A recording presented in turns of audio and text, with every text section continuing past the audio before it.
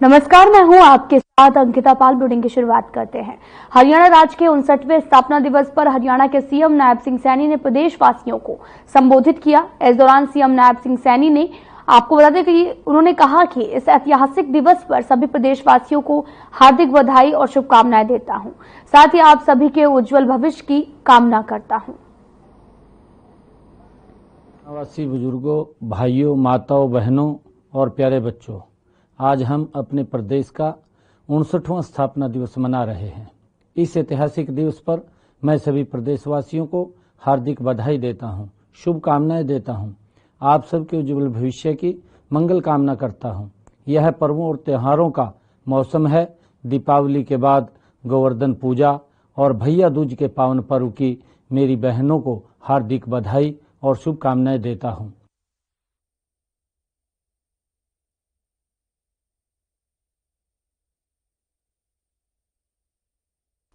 चंडीगढ़ से बड़ी खबर, जहां पर आपको बताते चले कि हरियाणा दिवस पर सीएम का संबोधन हुआ है। प्रदेशवासियों के नाम सीएम सैनी का संबोधन शाम 6:15 बजे तक प्रसारित होगा। कार्यक्रम दूरदर्शन हरियाणा पर संबोधन का होगा प्रसारण। आपको बताते चले कि बड़ी खबर इस वक्त की, जहां पर आपको बताते चले कि सीएम नायब सिंह सैनी संबोधित करेंगे और इस दौरान प्रसारण भी दूरदर्शन हरियाणा पर होगा। आपको बताते चले कि बड़ी खबर इस वक्त की टीवी स्क्रीन पर। चंडीगढ़ से हरियाणा दिवस पर सीएम का संबोधन, प्रदेशवासियों के नाम पर सीएम सैनी का संबोधन शाम 6:15 पर प्रसारित होगा। कार्यक्रम दूरदर्शन हरियाणा पर संबोधन को किया जाएगा प्रसारित। बड़ी खबर आपको बताते चलें कि हरियाणा दिवस पर सीएम का संबोधन हुआ है। प्रदेशवासियों के नाम पर सीएम सैनी करेंगे संबोधित। शाम 6:15 पर कार्यक्रम को संबोधित करेंगे और साथ ही हरियाणा दूरदर्शन पर इस कार्यक्रम का प्रसारण भी किया जाएगा। आपको बताते चले कि हरियाणा प्रदेशवासियों के लिए सीएम सैनी का संबोधन शाम 6:15 पर प्रसारित होगा। कार्यक्रम इस दौरान वो संबोधित करेंगे।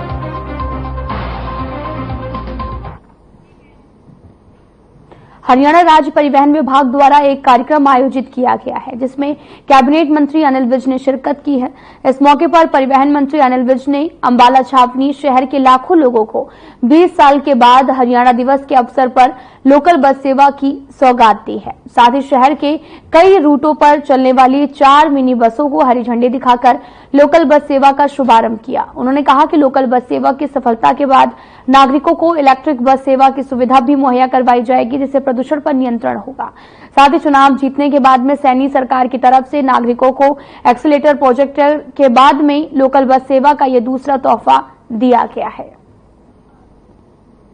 यहाँ पर अंबाला छावनी और शहर में बस चला करती, बस चलती थी। यहाँ पर 1, 2 और 4 नंबर की बस चलती, 3 या 4 नंबर की बस, 3 नंबर की बस चला करती थी।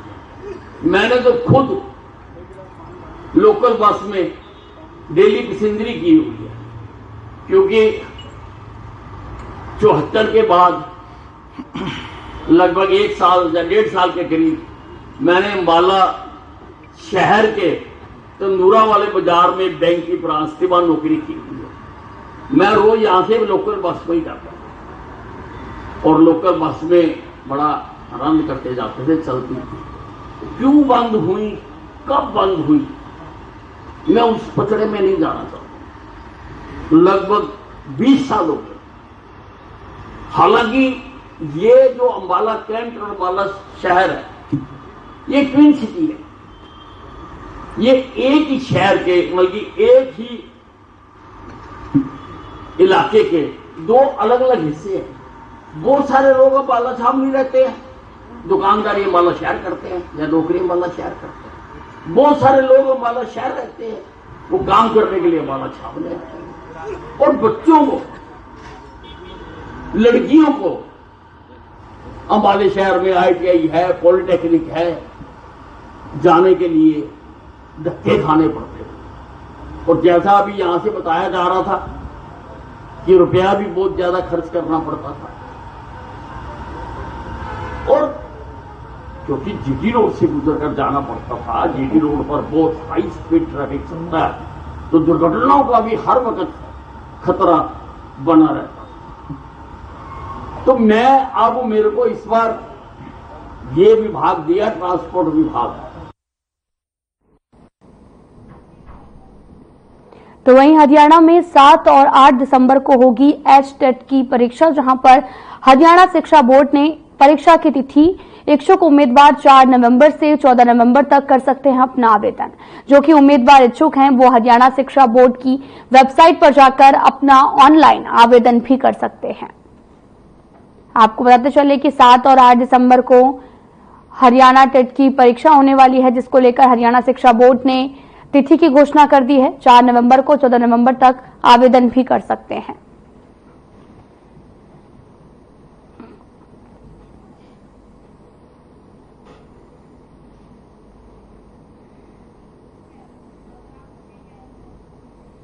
अंबाला सिटी के सेना नगर में स्थित एक क्रॉकरी दुकान में आग लगने की घटना सामने आई, जहां दमकल की गाड़ियां मौके पर पहुंची और आग पर काबू पाया गया है। तस्वीरें आपको दिखा रहे हैं जो कि अंबाला से हैं, जहां पर दमकल विभाग की टीम मौके पर पहुंची। अंबाला सिटी के सेना नगर का ये पूरा मामला सामने आया, जहां पर क्रॉकरी की दुकान में भीषण आग लग गई और आग लगने से इलाके में अफरा तफरी का माहौल देखने को मिला। लोगों ने कड़ी मशक्कत के बाद आग पर काबू पाया, तो वहीं फायर ब्रिगेड को भी समय पर सूचित किया गया। फायर विभाग मौके पर पहुंचा, जिसके बाद में आग पर काबू पाया गया है। तस्वीर भी आपको दिखा रहे हैं जो कि अंबाला से हैं, जहां पर क्रॉकरी की दुकान में अचानक से भीषण आग लग गई और आग लगने से काफी सामान जल गया और अंबाला सिटी के सेना नगर का ये पूरा मामला बताया जा रहा है।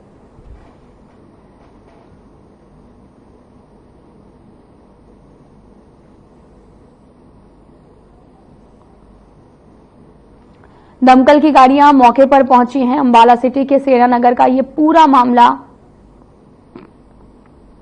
बताया जा रहा है, जहां पर मौके पर दमकल विभाग की टीम पहुंची है और साथ ही मौके पर आग पर काबू पाया गया। तो हालांकि क्रॉकरी दुकान में आग लगी थी और क्रॉकरी का सारा सामान जो है वो जलकर राख हो गया। वहीं कड़ी मशक्कत के बाद आग पर काबू पाया गया। फायर ब्रिगेड की गाड़ियां भी मौके पर पहुंची और इस आग लगने की घटना के बाद में इलाके में दहशत का माहौल देखने को मिला है। सिरसा में पराली जलाने की घटनाएं थमने का नाम नहीं ले रही। गांव फरमाई कला में एक किसान ने अपने खेत में पराली जला दी है। इसकी सूचना मिलने पर कृषि अधिकारी भी मौके पर पहुंचे। सदर थाना सिरसा पुलिस ने शिकायत के आधार पर आरोपी किसान के खिलाफ एफआईआर दर्ज की है।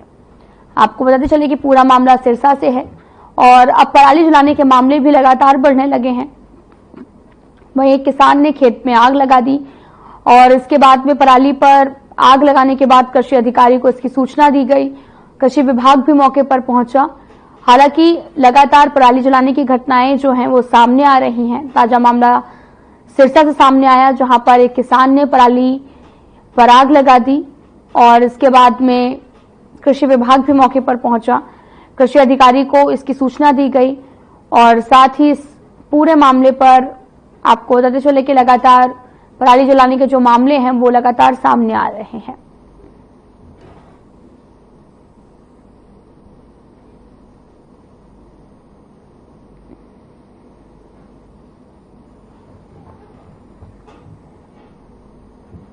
केंद्रीय विद्युत आवासन एवं शहरी कार्य मंत्री मनोहर लाल ने कचरा प्रबंधन प्लांट और बंदवाड़ी का दौरा किया। दिवाली के दिन स्वच्छता को लेकर अधिकारियों को निर्देशित किया गया। हरियाणा के उद्योग एवं वाणिज्य मंत्री राव नरवीर सिंह, शहरी स्थानीय निकाय मंत्री विपुल गोयल के साथ रहे। केंद्रीय मंत्री मनोहर लाल ने कहा कि कचरे से चारकोल तैयार करने की दिशा में तेजी से कार्य जो है वो किया जा रहा है।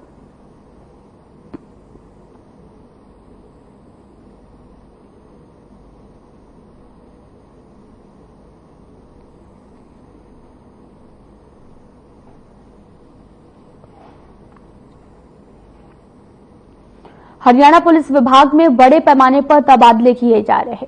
कई जिलों के पुलिस अधीक्षक और कमिश्नर ऑफ पुलिस के तबादले किए गए हैं।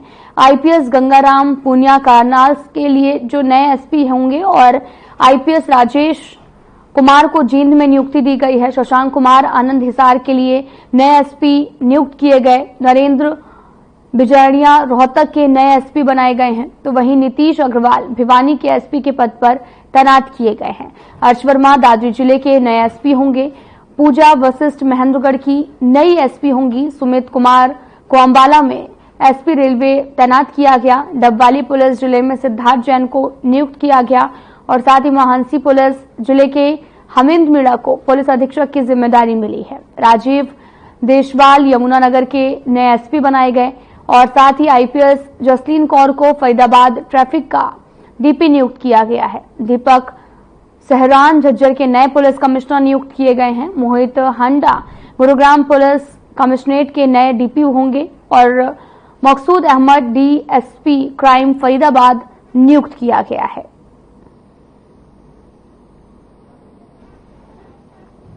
आपको बताते चलें कि अधिकारियों के तबादले जो हैं वो किए गए हैं, जिसको लेकर सरकार ने ये आदेश जो है वो जारी कर दिया है। आपको बताते चलें कि एक लंबी चौड़ी जो लिस्ट है वो जारी की गई। सरकार ने अब आदेश जो हैं वो जारी कर दिए हैं, जहां पर पुलिस विभाग में बड़ा फेरबदल देखने को मिला है। आपको बताते चलें कि हरियाणा में फेरबदल देखने को मिला, जहां पर पुलिस विभाग में लंबा फेरबदल किया गया है। अधिकारियों के तबादले किए गए। दिवाली से एक दिन पहले हरियाणा के सीएम नायब सिंह सैनी ने पुलिस विभाग में बड़ा फेरबदल किया, जहां पर 36 आईपीएस और साथ ही एचपीएस अधिकारियों के तबादले किए गए। कई जिलों के एसपी बदले गए और साथ ही यौन शोषण के आरोपों में घिरे जींद के एसपी का भी तबादला किया गया।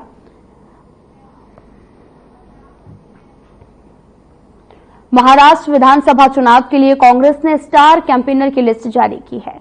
कांग्रेस सांसद और महासचिव रणदीप सिंह सुरजेवाल को भी महाराष्ट्र विधानसभा चुनाव के लिए कांग्रेस के स्टार कैंपेनर की लिस्ट में शामिल किया गया है। आपको बताते चलें कि कांग्रेस के स्टार कैंपेनर की जो लिस्ट है वो जारी कर दी गई है और साथ ही आपको ये भी बताते चलें कि महाराष्ट्र विधानसभा चुनाव नजदीक है, जिसको लेकर स्टार प्रचारकों की सूची को जारी किया गया है और इसके बाद में महाराष्ट्र विधानसभा में कांग्रेस के स्टार कैंपेनर की लिस्ट जारी हो गई है।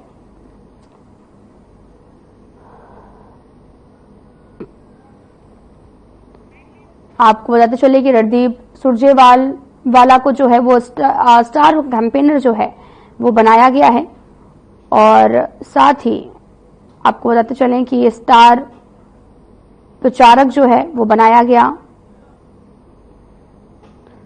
महाराष्ट्र विधानसभा चुनाव को लेकर ये सूची जारी की गई है। वहीं पर लगातार सूचियों का दौर जो है वो जारी है, जहां पर रणदीप सुरजेवाला का नाम भी सामने आया है, जो कि स्टार प्रचारक होंगे और जमकर प्रचार प्रसार भी करेंगे। आपको बता दें कि इस लिस्ट में कांग्रेस के स्टार कैंपेनर की लिस्ट भी जो है वो जारी हो गई है।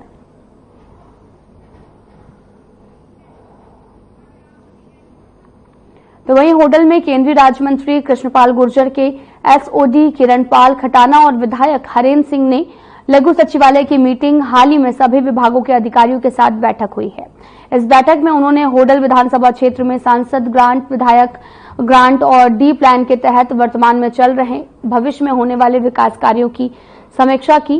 केंद्रीय राज्य मंत्री कृष्णपाल गुर्जर के माध्यम से जिला पलवल में सीएसआर योजना के तहत स्ट्रीट लाइट लगाकर दीपावली के त्यौहार पर प्रकाश का तोहफा भी दिया है। केंद्रीय राज्य मंत्री के एसओडी खटाना ने अधिकारी और कर्मचारियों को चेतावनी देते हुए कहा कि जनता के साथ लूट छूट बर्दाश्त नहीं की जाएगी। किसी ने ऐसा करने की कोशिश की तो उनके खिलाफ कठोर कार्रवाई की जाएगी।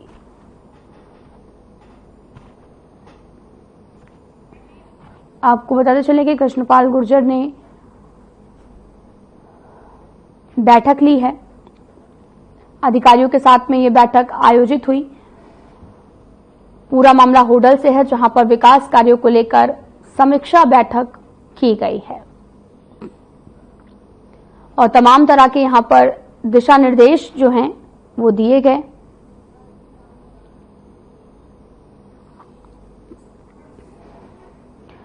कृष्णपाल गुर्जर ने बैठक ली है। सबसे पहले तो मैं दिवाली की आप सभी को जी हार्दिक शुभकामनाएं देता हूं। अपने हुडल विधानसभा की समस्त सरदारी भारतीय जनता पार्टी के नेताओं को और सभी अधिकारियों को और आप सभी को जो ना आने वाली दिवाली की शुभकामनाएं देता हूं। जैसा कि आपने देखा, आज ये होडल विधानसभा के सभी अधिकारी हमने यहाँ पर बुलाए थे। जो हमारे होडल क्षेत्र की जो समस्या है, जो आगे डेवलपमेंट के काम होने हैं या जो चल रहे हैं, उन्हीं सब के ऊपर एक साथ में जो ना हम लोगों ने इसके डिस्कशन किया है। और पॉलिसीज़ के लिए जो है ना एसडीएम साहब हमारे यहाँ थे, किरणपाल कटाना जी जो माननीय मंत्री जी कृष्णपाल गुर्जर जी के प्राइवेट सेक्रेटरी हैं, वो भी यहाँ पर उपस्थित रहे। सभी अधिकारियों से जो आने वाली प्रपोजल्स हैं क्षेत्र के विकास के लिए, होडल के विकास के लिए, उनको एक एक तरीका से हमने उनसे डिस्कशन किया है।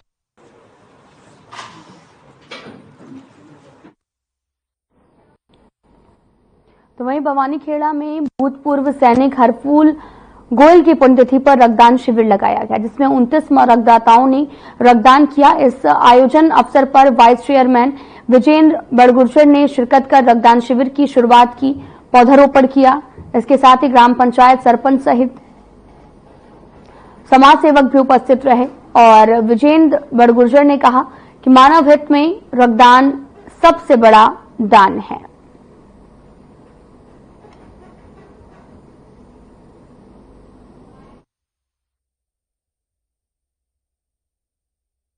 जी, क्या कार्यक्रम था आज पुनः एक बार फिर से नवदुर्गा सहयोग संस्था द्वारा श्री कुल सिंह जी पूर्व सैनिक की 7वीं पुण्यतिथि पर आज उनके परिवार द्वारा ब्लड कैंप का आयोजन किया गया है, जो कि बहुत ही सराहनीय कार्य है। कि मैं वास्तव में इस परिवार को बड़ी बड़ी उनकी प्रशंसा करता हूँ और उनको साधुवाद भी देता हूँ। इस प्रकार के पुण्य कार्य कैसी विभूति के पुण्यतिथि अवसर पर जो कार्य किया गया है वो एक बहुत ही सराहनीय है और मैं इस चीज़ से बड़ा प्रभावित हूँ। इस परिवार ने पिछली बार भी इस तरह का आयोजन किया था और लगातार दूसरी बार से इस तरह का आयोजन कर रहे हैं, तो ये एक बहुत ही सराहनीय, क्योंकि इससे ऐसा रक्त जो है वो किसी दूसरे की जान बचाने का कार्य करता है। तो ऐसे हमारे जो भी देश भगत हैं, जो भी सैनिक हैं या किसी भी रूप में जिनकी पुण्यतिथि पर इस तरह के कार्यक्रम होते हैं, वो बिल्कुल जो है सही मायने में उनके सरकार के लिए अतिरिक्त होता है। तो मैं एक बार संस्था तो लगातार कई वर्षों से इस प्रकार के सामाजिक कार्य करती रही है। आज गांव कुंगड़ समुदाय केंद्र में एक ब्लड डोनेशन कैंप लगाया गया, जो कि भूतपूर्व सैनिक हरफूल सिंह गोयल जी की 7वीं पुण्यतिथि पर इस कार्यक्रम का आयोजन किया गया। इसमें रक्तदाताओं ने बढ़ चढ़कर भाग लिया। 28 यूनिट रक्तदाताओं ने दान दिया, जो एक बहुत अच्छी पहल थी। इससे पहले भी गांव में काफी बड़े डोनेशन चुके हैं, इसमें लोगों का सहयोग काफी अच्छा रहा है और आज भी युवाओं ने, साथियों ने काफी सहयोग दिया और इस डोनेशन कैंप को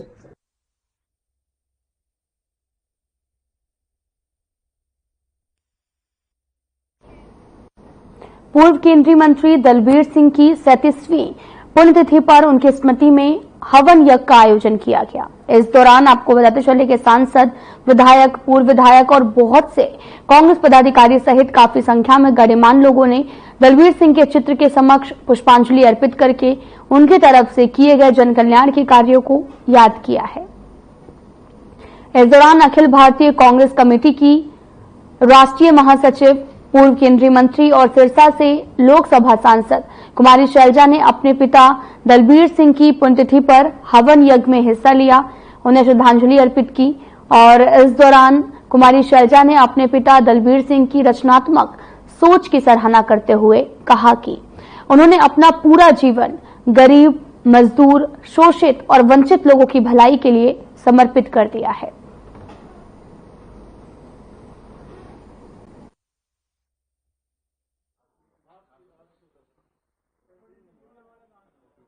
नहीं, ऐसी कोई बात नहीं है। ये पार्टी का फैसला, जरूरी नहीं है कि हमेशा चाहे कोई भी पार्टी हो कि इमीडिएटली एक साथ हो।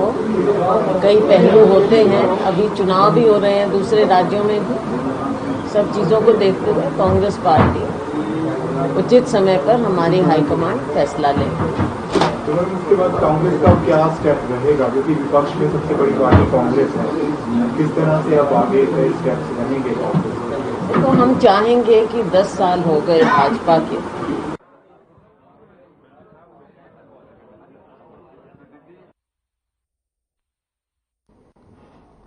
हरियाणा के कृषि मंत्री श्याम सिंह राणा ने तरावंडी शहर में कई खेतों का दौरा किया। उन्होंने तरावंडी अंजनथली रोड पर प्रगतिशील किसान विकास चौधरी के खेतों में हैप्पी सीडर की ओर से सुपर सीडर को खुद ट्रैक्टर पर बैठाकर चलाया और यहां उन्होंने फसल अवशेष प्रबंधन के तहत चल रही कृषि परियोजनाओं की समीक्षा की। खेतों में पहुंचने पर नीलोखेड़ी के विधायक भगवान दास कबीरपंथी के नेतृत्व में किसानों के साथ साथ बीजेपी समर्थकों ने स्वागत किया है।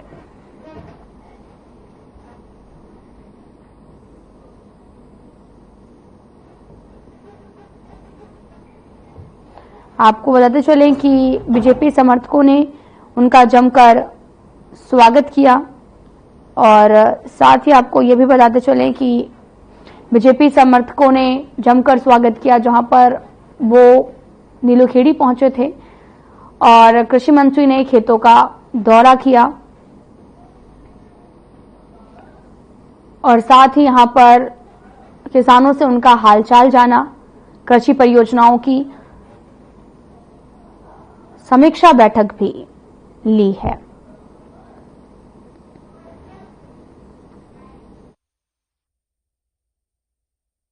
देखिए, हमने जब मैं एमएलए था, खेतों के रास्ते मैंने शुरू किए थे, क्योंकि खेत जब बारिश आती है ना, कच्चे रास्तों में काफी खांचा हो जाता है गारे से, ना ट्रैक्टर निकल पाता है, ना रेड़ा ना बुग्गी। तो जब हम वो खेत में जाते थे, हमारे सामने दिक्कत आई थी। ट्रैक्टर थे, ट्राली थी, रात को अंधेरे में 10 जाते थे, छोड़ के आ जाते थे खेत में और सुबह जाके लेके आया करते थे। अब एमएलए बन गए, सबसे पहले खेतों के रास्तों का काम मैंने शुरू किया था और ये सरकार के एजेंडे में जुड़वा दिया। पूरे प्रदेश में पक्के रास्ते होंगे।